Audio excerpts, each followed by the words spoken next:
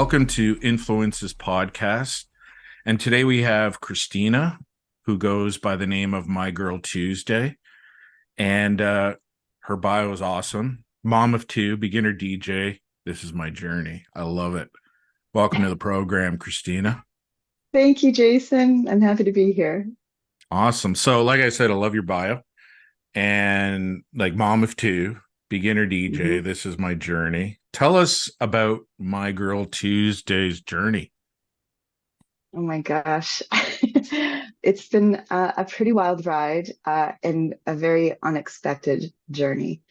Um, it started from last year. My son, listen, I've loved music all my life, but it's never been like at front and center for me. But I guess going through this journey, I'm actually reflecting on where I've kind of how music has influenced me over the years, and it's just been it's amazing what you forget as a child, and then when you think about things. But let me get back to that later.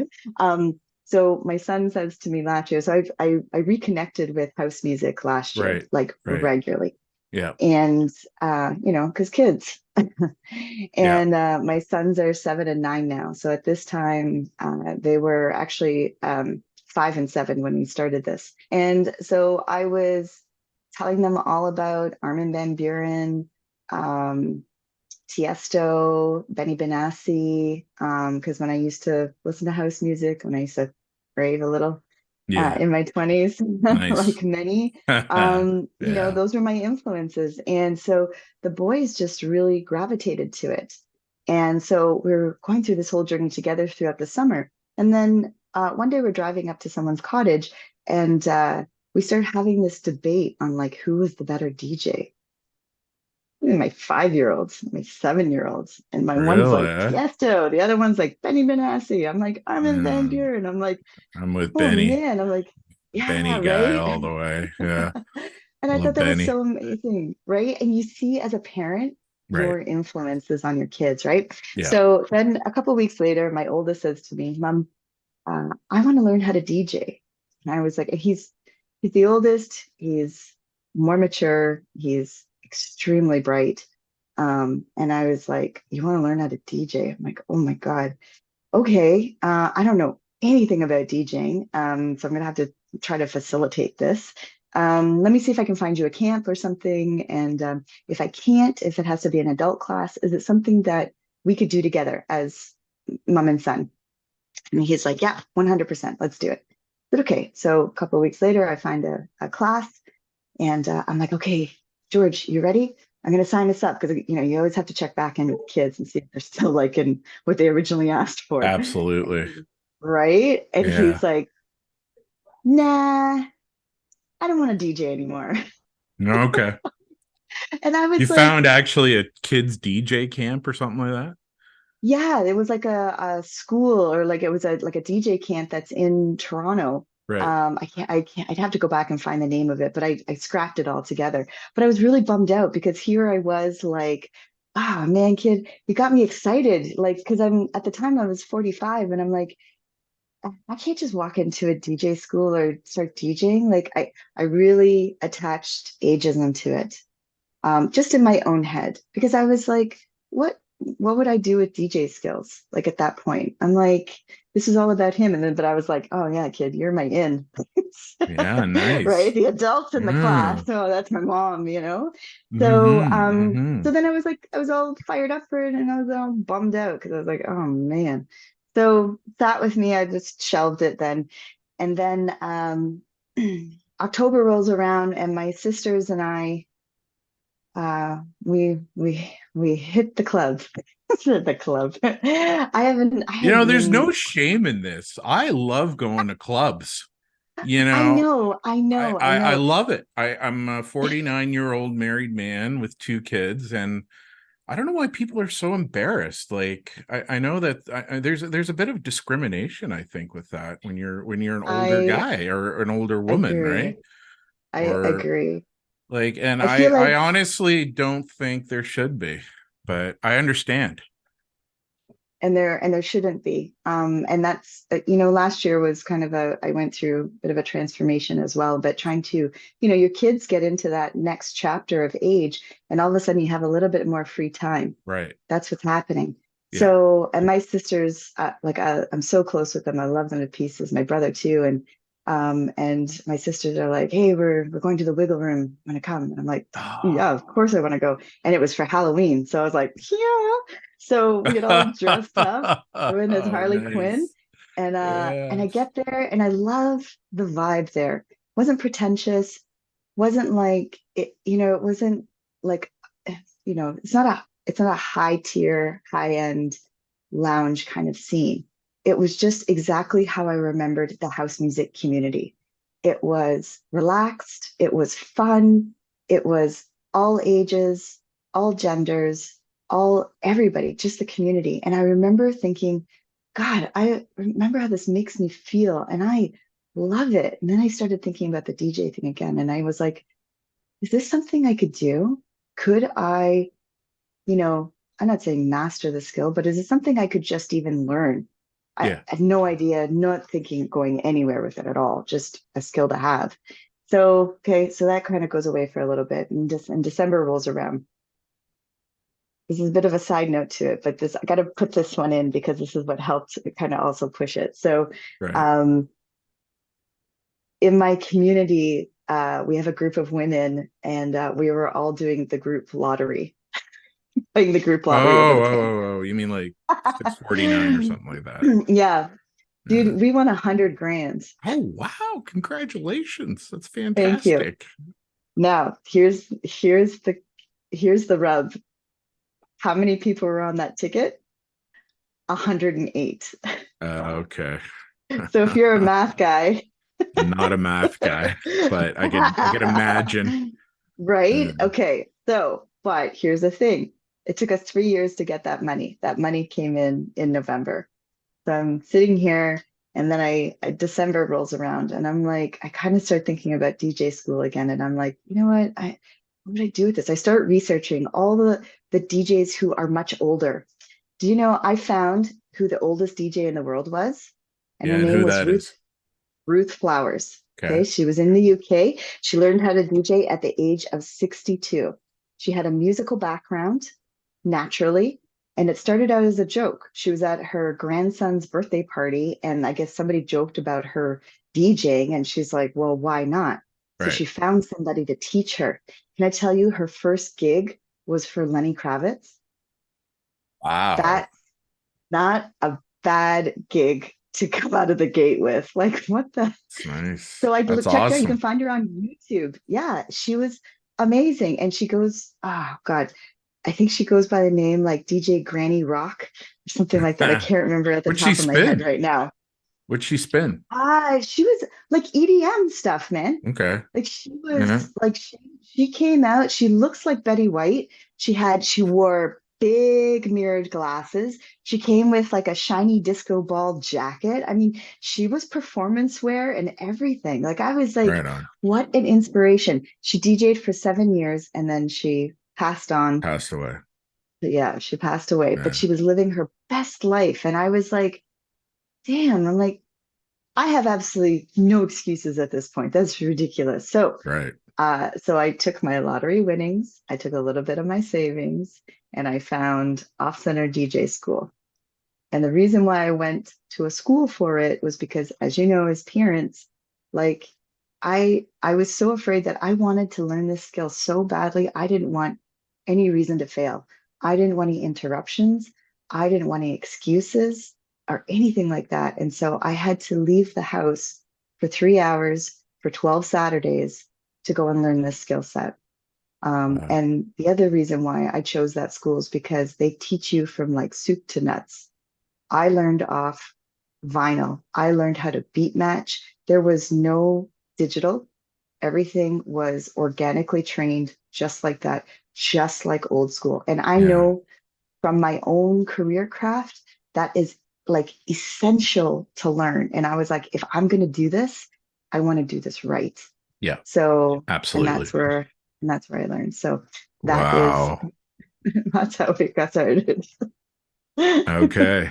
Well, I mean, you kind of answered my next question, but I mean, when do you have time to do this? So that's a great idea to have a static time to go to Mhm. lessons and to go. But I get messages from you sometimes at 1 a.m., right? And Yeah. 12 a.m., which I'm fine with, by the way. I'm a night owl.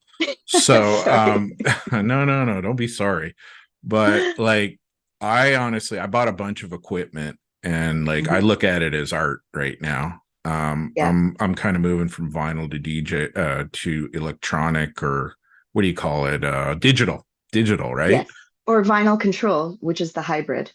Yeah, I tried that. Yeah,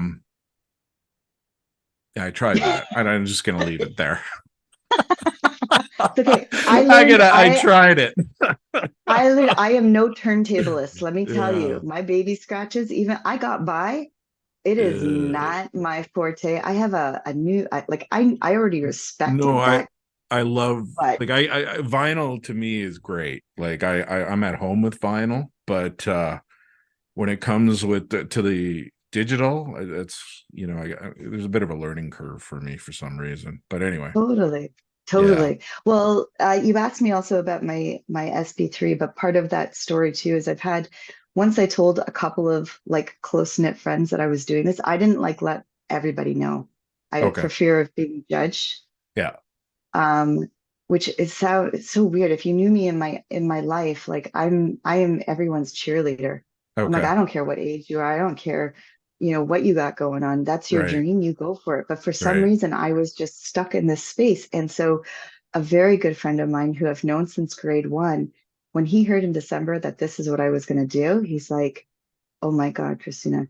He's like, I'm going to lend you my deck. It's collecting dust, but you are going to borrow my deck and you're going to practice at home. And No. so this SB3 that you see right now, Yeah. It's I his don't deck. even own.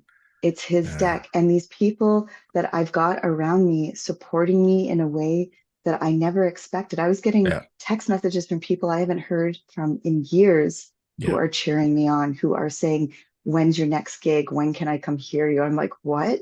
Yeah, Like, no, well, even whoa. strangers like me, like when I saw you on Instagram and I showed my wife, and I you're love fun, that. man. You're so much fun. Like I would have you at a party for sure, right? Oh my Um God. yeah, Amazing. totally would. So from your Instagram page, Mhm. you are a big fan of house music. Totally.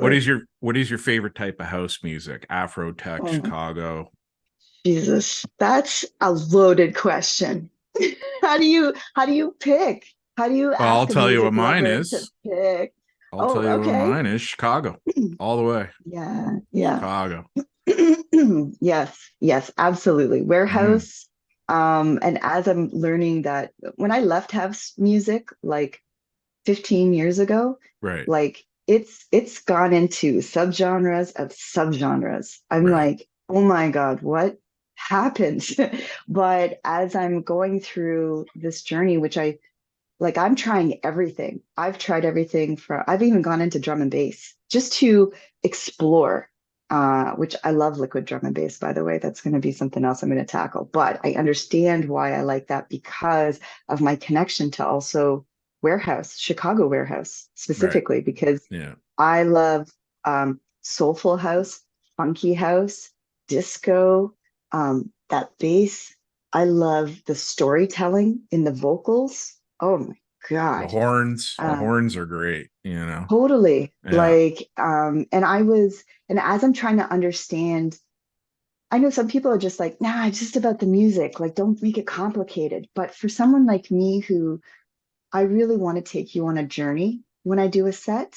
And so I think about my whys and why I play certain tracks in. I grew up with piano in my house. My grandfather was a jazz musician, a jazz pianist. He only played by ear, he couldn't read. He used to jam with Oscar Peterson once a month. Wow. I That's, know. that's I'm awesome. thinking about all this history I had around me that I absolutely took for granted. I had no idea what this meant or how that was going to how it's going to influence me later on in life. My godmother is a classically trained pianist who travels the world. My mom, Royal Conservative Music all the way, graduated. Um, and so when I think too, like I picked I went and found a deep house track that was Moonlight Sonata. Moonlight Sonata is the last classical piano song I was taught before I got rid of piano and moved on to sports. So when I think about, I would have never thought about adding Moonlight Sonata into a set of mine. Telling you, people in my life went nuts for it because they saw how I was injecting my me Yeah. into that set and taking them on that journey. So when I swing back around to like Warehouse, Chicago, uh, Motown, disco, like all of that is part of my influence from growing up. So Yeah, and I that's, find that house has a lot of disco in it too. And disco, I grew up mm, with disco. I told another yeah. guest of mine, and I love disco. Moved into Depeche Mode when I was, you know, a In the 80s tween. or Yeah, 90s, early 80s. and then Teenage angst. they started remixing Depeche Mode, and then I was like, I gotta be a DJ, man. This is awesome. Yeah, I just played New Order, a remix Yeah, of New Order, Blue Monday the other day. that's Yeah, awesome. that went, the room went, Was I was like, it was I'm amazing. kind of trying to through osmosis see if you can do like a DM mix for me or something like Ooh, you know that. what? I would be up to the challenge. And it's Yeah, interesting because I come back to like, how is it that because I have had, I've got mentors that are surrounding me right now through the DJ TikTok community, which has been amazing. Um, but I kind of think about like how I'm able to put a playlist together real fast at this point. But I used to make mixtapes as a kid all the time. yeah, That's exactly what I would say if I had to say like what my strengths are, right. that is my strength is song selection. And it should be for every DJ I too. think so. I understand sometimes it's Yeah, not, yeah, but that out of the gate always for me, even from January because I used to make Christmas playlists. I had all kinds of stuff. I used to tape stuff off the radio, yeah, see it. I was at like, oh my God, 680, yeah. right? Like, 680 yeah, Tarzan Dan, CFDR. Yeah. right? You cut out the commercials, and I would fade it in on the boom box, That's awesome. but to me, that was just a hobby. I didn't even know any DJs. None of my friends DJed growing Yeah. up, so I was just never exposed to that. Wow. So, but yeah, no, Chicago warehouse. Oh God, right, Yeah. right in the Well, feels that's every just it, time. So that's Yeah, awesome. So like your persona is awesome. I actually like I said before, I showed my wife, and she actually said that you'd be good at doing like a girls' weekend party, a bunch of moms or just yeah, yeah, women in their 40s or whatever. yep. Is this something you're looking to do? Or, what's the goal for My Girl Tuesday? Playing Ibiza, defected Oh my Croatia, God, could you teaching imagine a show? DJing? Because you talked a little bit Yeah, about beat matching by ear, and I think that's a lost art these days, yes, right? A lot of the newer DJs I hear look at the waveforms and try to match up waveforms and whatnot. And the best way to do it is to beat match by ear for sure. yeah, no, totally. And again, knowing from like in my current career, which I know we'll get to, but understanding what the foundation is on how to DJ, if you don't have that quintessential skill, Yeah. like I think even if you have to change controllers, like I mean, if you've gone to a club or something, that's the thing that I've learned this summer because I've tried to grab as many experiences as I can handle right now. I DJ'd on a boat cruise this summer. I've been down to baseline right now, learning off the CDJ Oh, 3000s. Oh yeah, I'm going. I am I need to learn the tech. But you're a chef in a different kitchen every right. time. Yeah. But as long as you have those foundational skills, you can figure it out. So, but my goal always, even in January, was and talk, and this is why I was so excited when you said that, because when I think about not just branding, but what you manifest and what your goals are Right. for skills that you learn, you nailed it. And so that tells me that I'm like, okay, great. What the message I'm sending out is coming through, because I want to DJ day parties, and day parties is where it's at. I mean, God, I've been on a couple boat cruises down to Promise. Like, man, day parties are amazing. And I love the vibe of it. And I love the connection of people and people meeting new friends. And you never know those sliding door moments and where they lead to later on in life. So Absolutely. to be part of all that is pretty amazing. So we're coming to the end of part one of this interview because there's 3 minutes left. Thanks for joining me today, my girl. Thank you so much, Jason. It's been such a joy. I'm Yeah. so happy to talk about music with you. You have been watching and listening to Influences Podcast. Influences Podcast is written, produced, and hosted by yours truly, Jason Harischuk. Also produced by Angela Churchill, aka Purple Sapphire. My social media consultant is Kristina Laukkanen, also known as My Girl Tuesday. Check out Influences Podcast on Instagram and TikTok at influences_podcast. That's influences_podcast. Thanks for watching and listening.